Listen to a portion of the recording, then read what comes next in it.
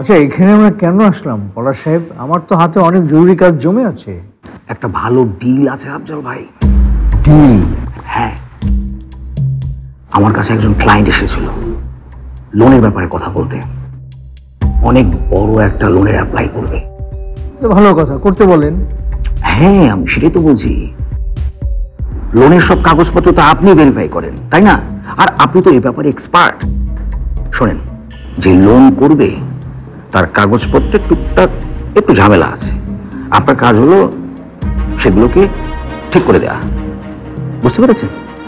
মানে মানে কি ধরনের ঝামেলা? আরে ভাই, সেটা আমি কি করে বুঝবো? এটা বোঝা তো আপনার কাজ, তাই না? আর আমার কাজ শুরু হবে আপনার কাছ থেকে ফাইলটা অ্যাপ্রুভাল পাওয়ার পর থেকে। আচ্ছা, আমি দেখি কি করা যায়। কি করতে পারি মানে? আপনাকে করতেই হবে।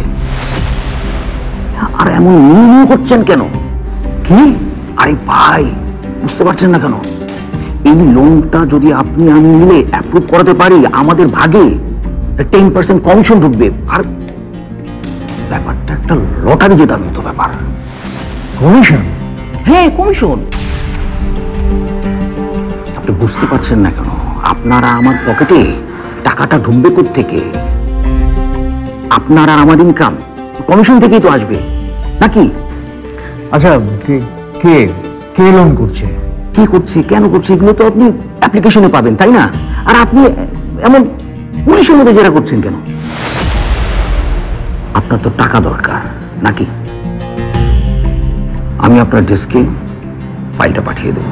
একদম স্মুথ অ্যান্ড ক্লিন কাজটা করতে হবে। আর এইসব কাজে একটা ছোট্ট ভুল হলেই কিন্তু আপনি আর আমি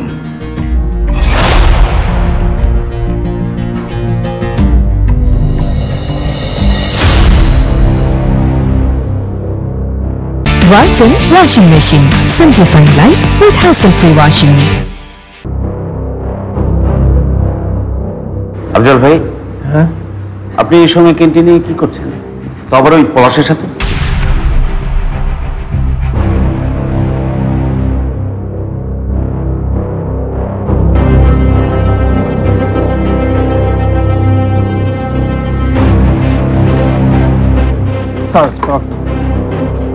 রাখুন আপনার স্যার।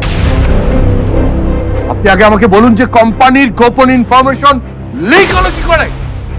স্যার, আমি তো কিছুই জানি না কিভাবে কি হলো। আপনি জানবেন না তো জানবেটা কে? ওই ডকুমেন্টস গুলো কি হাত পা গজিয়েছে যে লকার থেকে বেরিয়ে ওসমানের কাছে গিয়েছে? স্যার, হয়তো আমাদের মধ্যে কেউ ইনফর্মার আছে।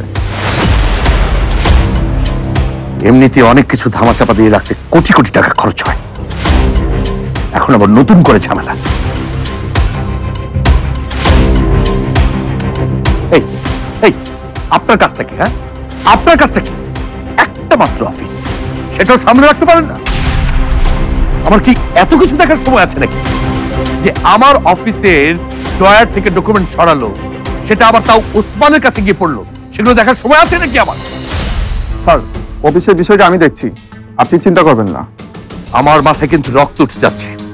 এই অফিসের দায়িত্বে যারা যারা আছে সবাইকে টার্মিনেট করে ফায়ার দেব। আর কে ইনফরমেশনটা লিক করেছে সেটা 24 ঘন্টার মধ্যে খুঁজে বের করেন, না হলে কিন্তু আপনাকে গায়েব করে দেবো আমি।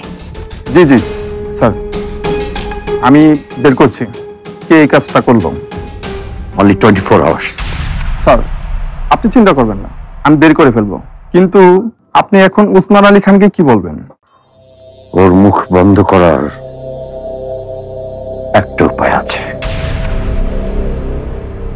আর সেটা আমি জানি কি করে করতে হবে।